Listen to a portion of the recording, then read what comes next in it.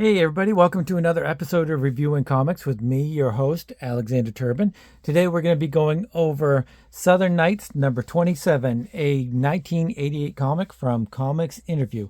But before we get into that, I'd like to show you some of my own work. This is Random Access. It's a full-size, full-color, 12-page comic book that I produce every month. You can get this at patreon.com/Alexander Turbin, or you can go to my website, alexturbin.com, or you can just message me at alexturbin04401 at yahoo.com or alexturbin04401 at Instagram. Now that we're done shamelessly plugging, let's check out Southern Nights. Southern Nights is one of those books that I always wanted when I was younger, but I couldn't find them either in the comic shops that I went to in the big city or anywhere else. But I always saw them in like advertisements or something like that. Excuse me.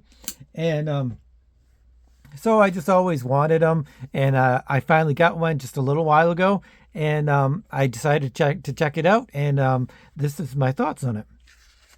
So, like I said, it's from 1988, and it's written by Henry Vogel with pencils by Joseph Phillips, inker Dave Irwin, and letterer Jerry Frazee. Editor is Dwight Von John Zimmerman. So let's get into this, and then we'll backtrack and talk about the writing and the art. So it starts in an alleyway. It doesn't really look like a typical alleyway, but it is an alleyway, and somebody's buying a gun. He has like a trench coat, and he kind of talks about his power. And I don't know what this is, whether it's supposed to be a poster or something, but it's weird. It doesn't really have anything to do with the story. But it's this guy, and he says he has a power underneath his trench coat, and he's buying a gun from a thug in an alleyway. The guy is asks the thug, what about if you sell this gun to somebody and they rob somebody or they kill somebody? And the thug just doesn't care. He's like, well, I don't care as long as I get my money. So then the guy points the gun at the thug, and he shoots him point blank, and he's like, there, you got your money. Now are you happy? You don't have any complaints.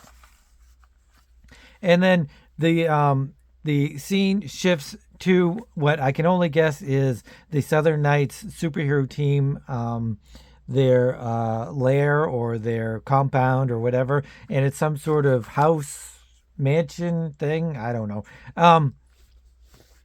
And so it's basically just one of the new members has joined the Southern Nights, and I don't really know anything about the Southern Nights other than what I've read at the very beginning and what I've seen online and stuff like that. So basically, they're an Atlanta superhero team, and this is issue 27, so they have quite a bit of history that I don't really know anything about. And they've got characters and everything that I really don't know either. And I was kind of hoping that they would have like some sort of introduction. Actually, they did. What am I talking about? In the beginning here, it says David Shank, alias Electrode, Atlanta's first and foremost protector. Connie Ronan, wielder of Psychic Sword. Dragon, one of the last of his race, able to assume the human guise of Mark Dagon. Kristen Austin, petite but endowed with incredible strength. Together they are the Southern Nights. So it does tell you who they are, but it doesn't say when one of the characters comes along, it doesn't say who they are other than when maybe they're talking to somebody. So the leader is kind of not scolding, but he's talking to the newest member and giving her some ground rules and telling her her or him, I think it's a her, that there are some rules like you only go adventuring when the team goes, and she must be younger. So he's like, you're getting in education before you go adventuring and all this kind of other stuff. Then I believe this is hugely inspired by the X-Men because you have a lot of characters they're kind of coming in and going out of the storyline, and it feels like their relationships is very Chris Claremont-esque, and I feel like the X-Men was a big influence on Southern Nights. I might be wrong, but that's just what I kind of feel like. So one of them is leaving because of personal problems or whatever, and they're like, "Oh, okay." So then it goes back to the guy in the trench coat. One of the things that really it bugs me, but I don't know. It's something um, that I don't understand, but at the same time, I do understand it because he goes into much of the book is written in first person perspective, and I love first person perspective. It's probably my favorite technique of reading and writing comics. Although the real drawback that this guy does is he has first person perspective, but they're from different people's perspectives all there in the book. Like I think that I feel like if you're writing in first person perspective, you should continue that either all the way through the book in the same person's perspective, or you should give a clear indication of whose perspective it is, and it should be changing. Like they should have like different colored. In this case, it could have been a lighter gray. A lighter gray tone for somebody else's talking, but they have so many different first person perspectives in here that it would be like incredibly hard. So maybe if you just had like this is whenever you see this guy who is the trench coat killer talking first person perspective, maybe have his name in the beginning or a gun or some kind of symbol or something to indicate that that's who it is. Because if you're just jumping from scene to scene and you're going from first person perspective to first person's perspective, you don't really know who it is that is talking, and it gets a little weary after a little while because you just don't know who's who. It is because you know the storyline for each character, or you get to learn the storyline of each character, that it you do learn who's talking about who. But it takes a few minutes after they're talking for you to figure out exactly what's going on. So the guy in the trench coat just keeps going along and shooting people, and he's having this. He's talking about his daughter who was raped, and she went through all of this emotional trauma and stuff, and he feels so horribly horrible about it. And so he's just killing dudes. He's killing guys that could possibly rape a girl, and he wants to stop that from happening before it does. And then you go to the next scene, which is Electrode and Dragon. They're flying off in different directions. Electrode, this is his first time where he's going into the city and scouring for bad guys or going on patrol solo. And I guess this is his first time doing that. So he's just going off on patrol, and some of the other characters are just kind of going to the movies or whatever. So it's very much like some of them are doing this thing, some of them are doing that thing, and they're just like not really altered. This really isn't a team story. It's more of a solo story, and different people having the solo stories. Like this is I can't remember who this is, Kate, I think, and she's going. This is the one that was taking off, and everyone's like on a solo adventure, and she's like, "Oh, I have to take care of this myself." But one of her friends actually tags along, even though she didn't know it, and they're going to Boston. Like I said, they're from Atlanta, to confront one of the characters' parents who are abusive, or I think actually both of her parents are abusive. So going to Boston simply for a family reunion and a family thing. Then it zips to trench coat guy, and he's just going along using his power. His power is a gun that he just bought, and he's just shooting all of the dudes that he can. Electrode flies by, seeing that he has shot somebody in the leg, and he can't chase after the guy in the trench coat because he has to get the guy some medical help. So the trench coat guy kind of gets away.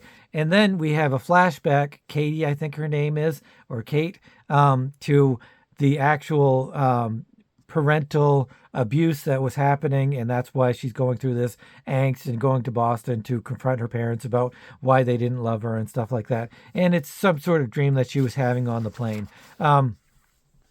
Then we zip to a dragon, and apparently he's like a 1,500-year-old dragon, and he's just finally found another dragon. He's been alone all this time because there was a war with humanity, and the dragons lost, and he was thought he was the last one, but he found another dragon, and and she's female, but he's actually he's actually likes his teammates in the Southern Knights, and he's having conflictions between whether to want to be with this dragon female or to want to be with the Southern Knights.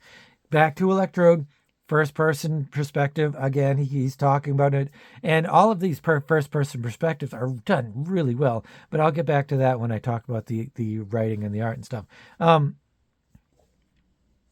So he's flying around. He's looking for trench coat guy, and we have this little scene where this bum offers him a drink because he's all wound up and looking for the trench coat guy. Eventually, he finds. He hears a gunshot. He zips to where the gunshot was, and it's somebody who has a bullet hole in his chest. He has to fly the kid to the nearest hospital, which he does that.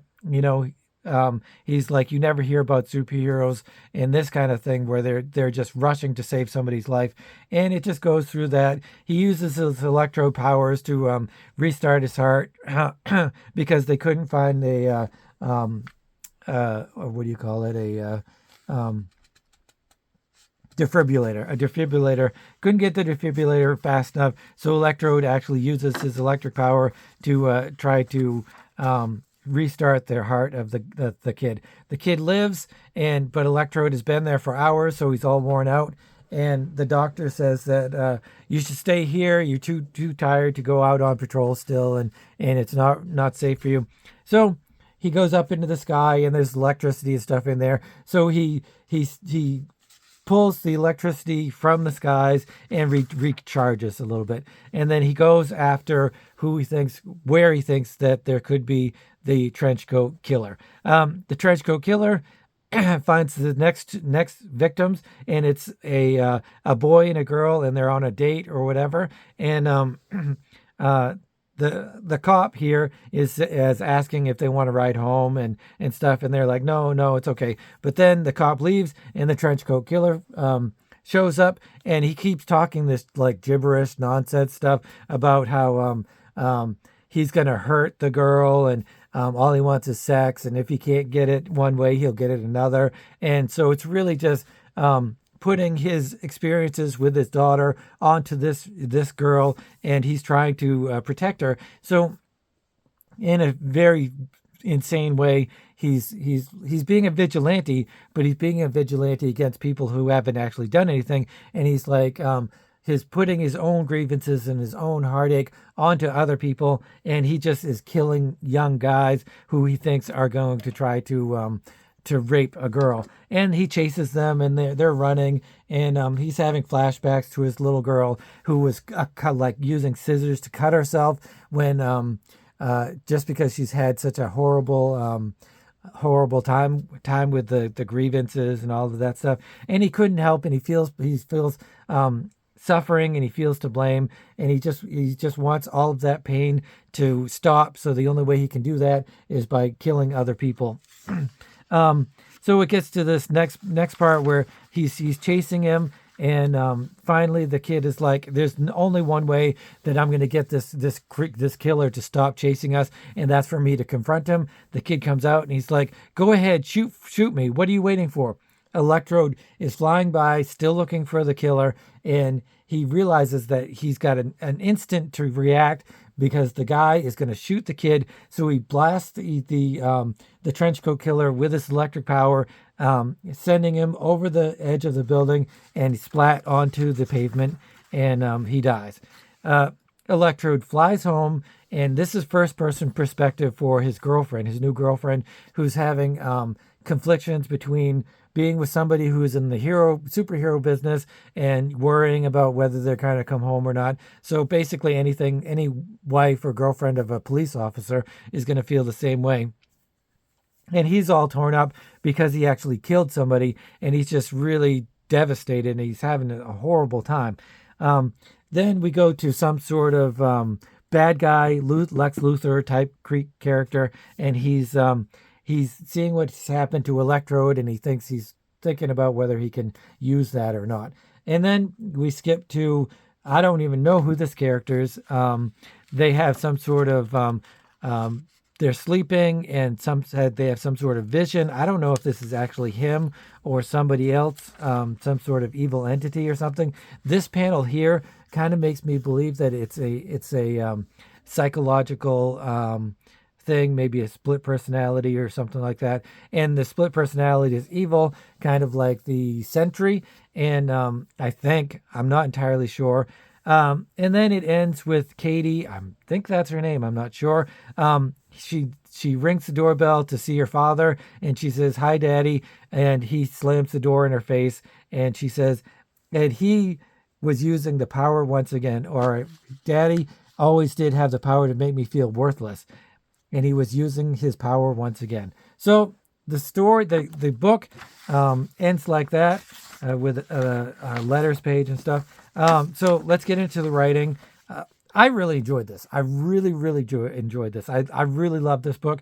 I'm going to go get some more. It's I don't know how many issues it went to, but I mean, this is up to 27. So I am going to go and I'm going to find the originals, and I'm going to not just dollar bin dive. I'm going to actually actively look for these books, because the writing is, like I said, it's a lot of first person perspective, and you don't know who's talking until they've actually said a lot of stuff to indicate who they're talking about. But it's done really well. When I've talked about in my reviews the voices of the characters, and if they have different characters.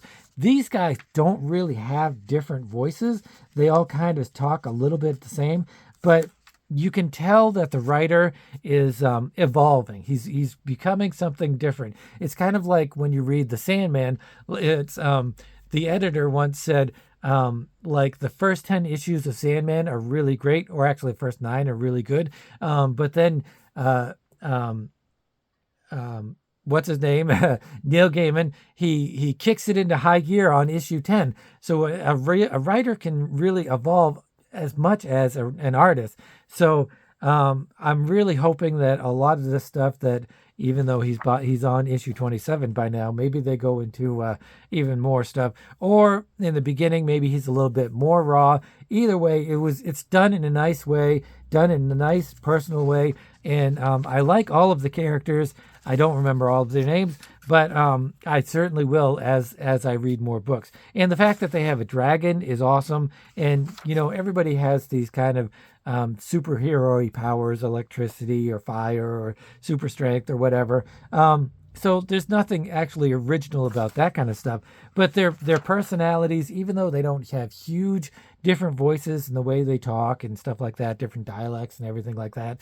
And certainly the dialogue is a lot less intricate and as quality as a Neil Gaiman or an Alan Moore or even like a Peter David or something like that, who's really their dialogue, Chris Claremont, their dialogue is hugely impactful and hugely important.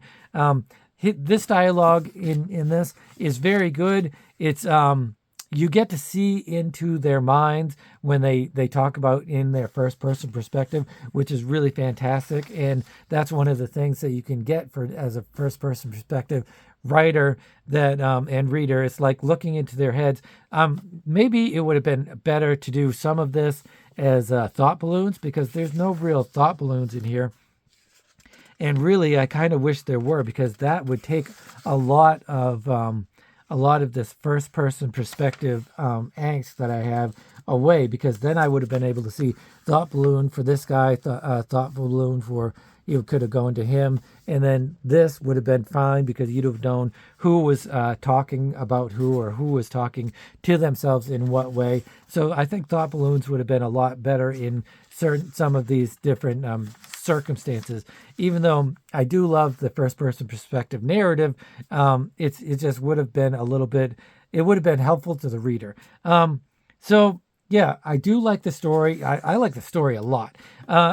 If you've read if you've seen most of these videos or some of these videos, one of my biggest concern from a comic book is not the cool action scenes or the cool powers that they have or the cool characters or stuff like that. It's the emotional impact that they can bring out from the story. And there is emotion everywhere in almost every one of these stories. There's this huge emotional impact. This guy, the bad guy, he's a grieving father. He's not just some psycho out there to rob and to kill. So he's a grieving father, and he's using his power. He's saying power. He's obviously mentally deranged because of the things that were happening with his daughter and stuff. But it's this power, which is the gun.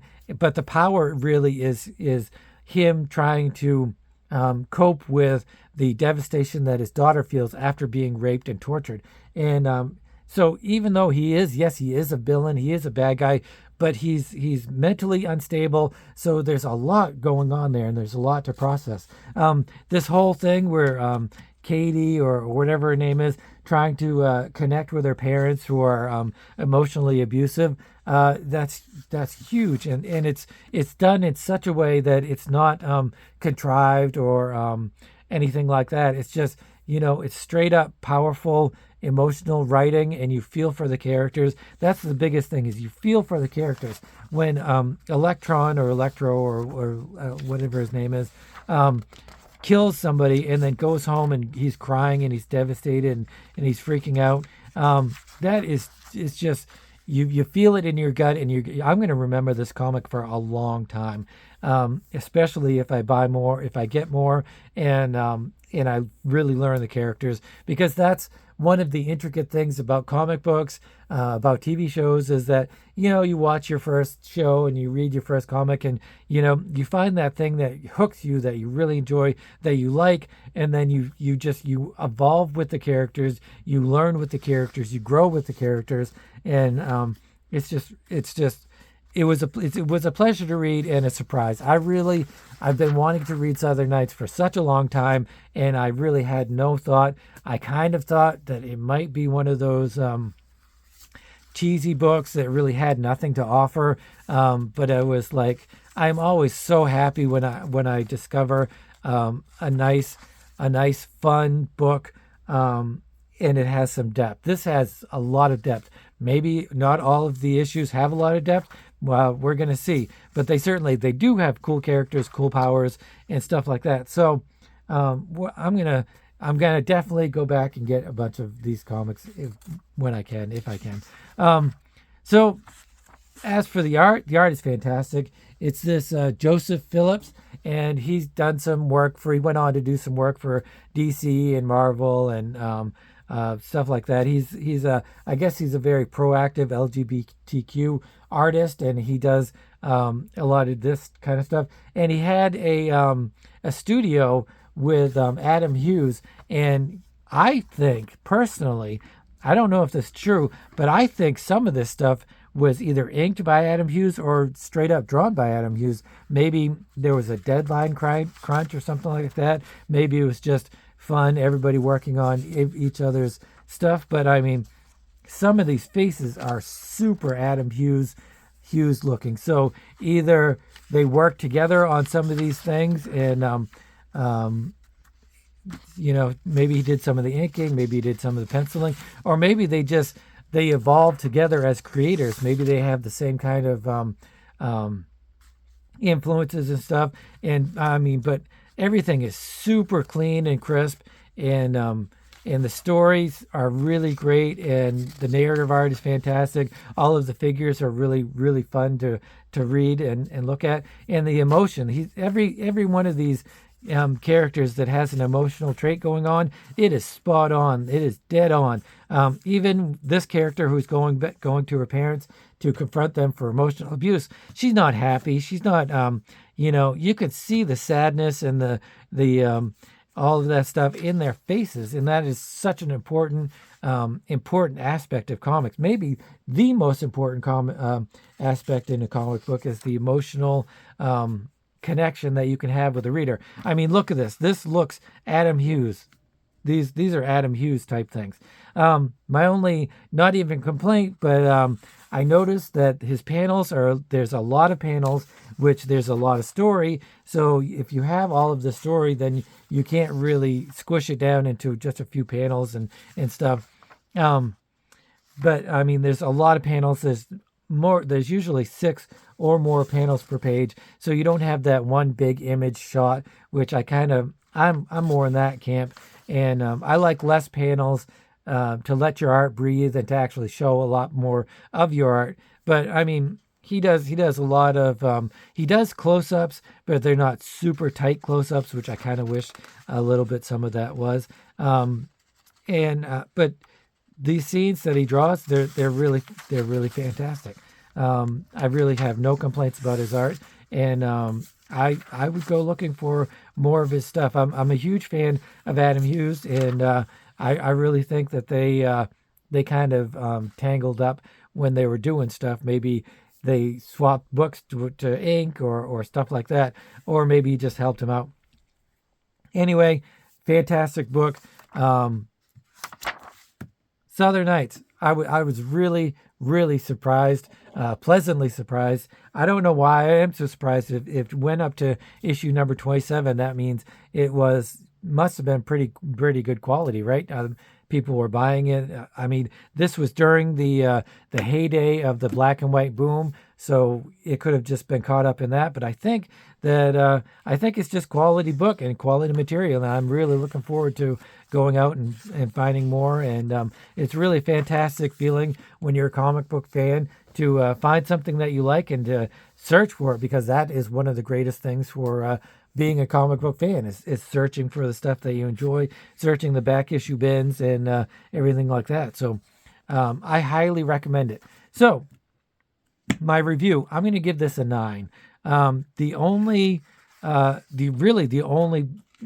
problem I have with it is the first person perspectives and the first person narratives, and you really have a hard time learning who each character is talking about until you get a few paragraphs in. Then you're like, oh yeah, all right, that's him. That's the trench coat guy, or that's Electron, or whatever. But other than that, this is a fantastic book. Fantastic art, fantastic writing. I do think he probably gets a lot better. I'm going to have to look up maybe some of his newer stuff and see if maybe that's just this one-off issue that is what became really awesome. But I'm looking forward to the hunt of more Southern Nights. If you guys are fans of the Southern Nights, let me know what you guys think of this, and let me know some of the backstory if you have any knowledge about any of the characters or anything like that. 27 issues, that went early 80s. That's early 80s time going on. Actually, that's a little bit over 2 years, so that's 85, 84, 85 plus. I don't know how often these were published, but monthly, bi-monthly, or whatever. So let me know what you guys think. I'm always open to what you guys your opinions on these books, and I really love this. I really enjoyed it, and I'm definitely going to go find more. I'm giving this a 9. That's my review, and thanks for watching. And if you're new to the channel and you like indie comics, please consider subscribing, giving me a thumbs up, and hitting the notification bell and all that cool stuff.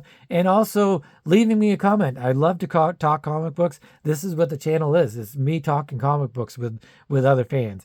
And that's what I love to do. So thanks for watching, and have a great weekend. And I will see you next week before Christmas and the rest of the holidays. And have a great weekend. And I'll talk to you later, and keep on creating.